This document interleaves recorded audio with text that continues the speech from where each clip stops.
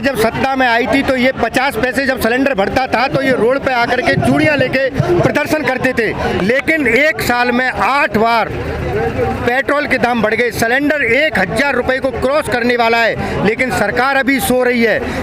सरकारी डाटा के अनुसार देश के 96% लोगों की आय कम हो गई है, लेकिन महंगाई दिन दूनी रात चौगुनी बढ़ रही है। जिन पड़ोसी देशों का ये हवाला देते थे, पाकिस्तान में टमाटर महंगे होने पर ये तालियां पीटते थे, हल्ला मचाते थे, आज हम अपने पड़ोसी देशों को भी महंगाई में पीछे छोड़ चुके हैं, भुखमरी में पीछे छोड़ चुके हैं। देश के लोग भूखे मरने के लिए मजबूर हैं, लेकिन ये सरकार निर्दयी निर्जट ताना भुखमरी में आज 101 में नंबर पे आ गए। लोग भूखे मरने के लिए तत्पर है और वो तो कुछ भी नारा दे सकते हैं, ये तो जनता बताएगी चुनाव में। सोचना होगा 96% लोगों की आय कम हो गई है, लेकिन महंगाई में कमी नहीं आ रही है, दिन दूनी रात चौगुनी बढ़ती ही जा रही है। आपको ये महंगाई कम करनी पड़ेगी। लेकिन स्मृति ईरानी सड़कों पे उतरती है सिलेंडर लेकर। भाई आज वो स्मृति ईरानी जी कहाँ है? मैं उनसे पूछना चाहता हूँ कि आज वो अपनी सरकार के खिलाफ क्यों नहीं बोल रही है? आज उनको महिलाओं का दर्द क्यों नहीं दिखाई दे रहा है? क्या उन्होंने अब खाना बनाना बंद कर दिया है या उनके लिए भी खाना विदेशों से आने लगा है? इसलिए आज उनको अपने भारत देश की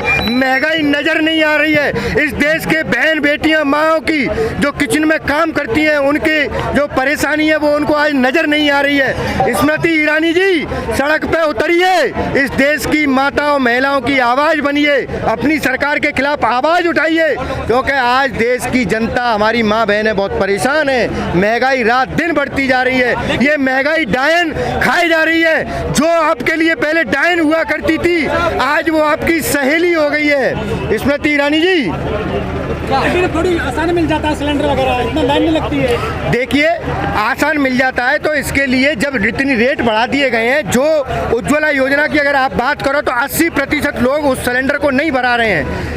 वापस वो लोग चूल्हे पर खाना बनाने के लिए मजबूर हैं। अब आसानी से तो इसलिए मिल जाता है कि लोग वहाँ सिलेंडर भरा ही नहीं रहे। 1000 रुपए का सिलेंडर भराएगा कौन? जिनके पास पैसे हैं वो भरवा रहे हैं, तो आसानी से मिलेगा ही। लेकिन मोदी जी ने बड़ा प्रचार किया था पेट्रोल पंप से लेकर के शौचालय तक, तो आज वो कहाँ है मोदी जी? आज आकर के सड़कों पे क्यों नहीं बताते हैं कि ये महंगाई क्यों बढ़ रही है? उज्ज्वला योजना के 80% सिलेंडर क्यों वापस नहीं भरे जा रहे हैं? इसका जवाब भी तो मोदी जी को देना होगा ना।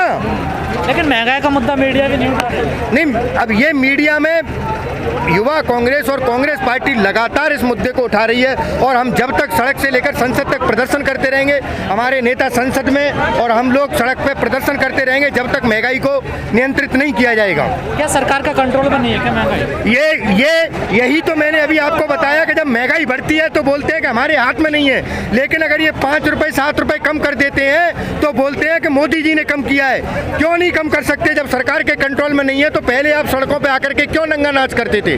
आज क्यों आज आप शांत हैं? लेकिन वो नेता कहाँ गए भाजपा के जो पहले सड़क पर निकलते थे? ये बात आप भाजपा के नेताओं से पूछिए, स्मृति ईरानी जी से जाकर के पूछिए, निर्मला सीतारमण जी से पूछिए कि अब आपको महंगाई नजर नहीं आती है? जो आपने दोगुने तिगने से अधिक महंगाई बढ़ा दी, देश के लोगों की आय खत्म हो गई, कोरोना में लोग सब्जी बेचने के लिए मजबूर हो गए और आपने महंगाई को इस कदर बढ़ाया है कि देश के लोग 8 करोड़ लोग गरीबी रेखा के नीचे आ गए। आप लोग बोलते हैं कि हम 80 करोड़ लोगों को खाने के लिए अनाज उपलब्ध करवा रहे हैं। जब आप 80 करोड़ लोगों को अनाज उपलब्ध करवा रहे हैं तो ये 200 रुपए तेल कौन खरीदेगा? मुफ्त वैक्सीन लगी है और शौचालय बने हैं, तो आज अनाज दे रही है सरकार। नहीं तो ये मुफ्त वैक्सीन लगी है तो ये कोई फ्री में लगी है क्या? ये जो टैक्स पहले भी लगता था, पहले भी बहुत सारी योजनाएं थी जो फ्री में चलती थी। आपने तो गरीब प्रधानमंत्री गरीब जो योजना थी जिसमें अन्न मिलता था उसको भी आपने बंद कर दिया, लेकिन जहाँ चुनाव है वहाँ आपने बंद नहीं किया। देश को मूर्ख बनाना बंद कीजिए मोदी जी। अब जनता को अब आपको जवाब देना होगा और जवाब देना होगा। लेकिन कल वर्षगांठ थी नोट बनने की, क्या कहना चाहोगे? बिल्कुल, देखिए कल नोटबंदी की 5वीं वर्षगांठ थी। जो मोदी जी कहते थे कि मुझे 50 दिन दे दो, काला धन आएगा, आतंकवाद खत्म हो जाएगा, भ्रष्टाचार पर लगाम लगेगी, कहाँ गए मोदी जी? 50 दिन हो गए, आपने देश की अर्थव्यवस्था की कमर तोड़ दी। जो अर्थव्यवस्था पहले अरबी घोड़े की तरह दौड़ रही थी मनमोहन सिंह जी के काल में, आपने उसे औंधे मुंह गिरा दिया। नोटबंदी के बाद में देश के मध्यम और छोटे जो उद्योगपति थे उनकी कमर को आपने तोड़ के रख दिया। नोटबंदी से सिर्फ विकास हुआ तो केवल और केवल भारतीय जनता पार्टी का। हर जिले में कार्यालय बने, जो उनके हजारों करोड़ रुपए के कार्यालय बने वो नोटबंदी के बाद बने।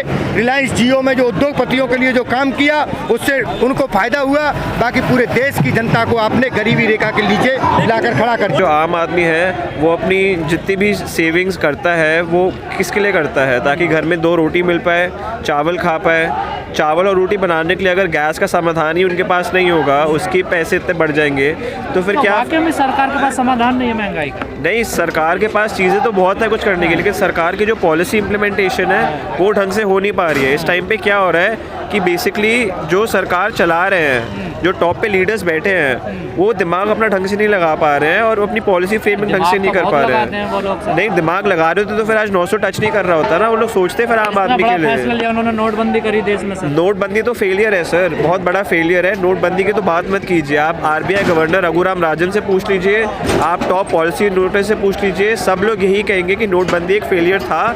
उसकी इम्प्लीमेंटेशन बहुत बड़ा फेलियर था। 99.9% नोट जितने भी थे वो सारे वापस बैंकों में आ गए हैं। इसका क्या मतलब होता है? इसका मतलब था कि उनका आइडिया अच्छा था, उनकी नेक इरादे थे, लेकिन जो इम्प्लीमेंटेशन थी वो कभी वो कर नहीं पाए। इस सरकार की सबसे बड़ी गलती और सबसे बड़ी हार इसी चीज़ में है कि उनकी जितनी भी पॉलिसीज़ होती है ना, जो कांग्रेस सरकार में वो ही है। नहीं, ब्यूरोक्रेट्स और टेक्नोक्रेट्स में फ़र्क होता है। ब्यूरोक्रेट्स वो होते हैं जो ब्यूरोक्रेसी को संभालते हैं, टेक्नोक्रेट्स जो होते हैं जो टेक्निकल बेसिस पे अपना एनालिसिस करते हैं। तो जो ऐसी पॉलिसीज़ होती है, टेक्नोक्रेट्स और ब्यूरोक्रेट्स को दोनों को मिलकर साथ में करना होता है, keeping in mind the various stakeholders that are there in the place.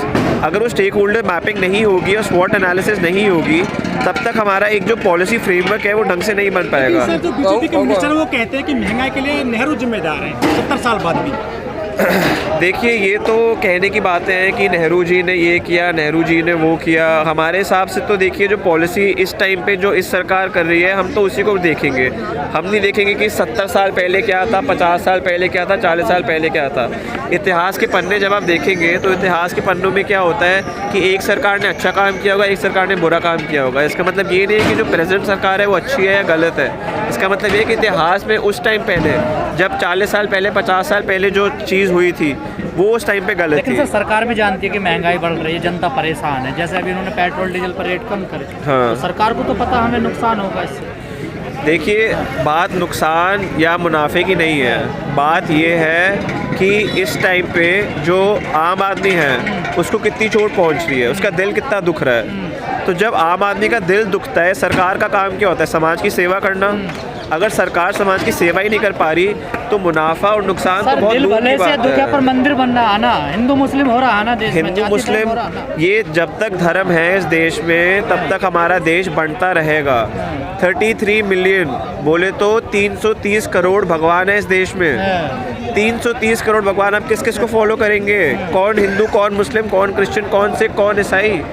तब तक गुमराह तो हो रहे हैं ना लोग, गुमराह होते रहेंगे। जब तक रिलीजन इस टाइम पे मुद्दा बनेगा, धर्म और जाति के नाम पे लोग बंटेंगे और वोट बिकेंगे। ये हमारे देश में चलता आ रहा है और चलता आएगा।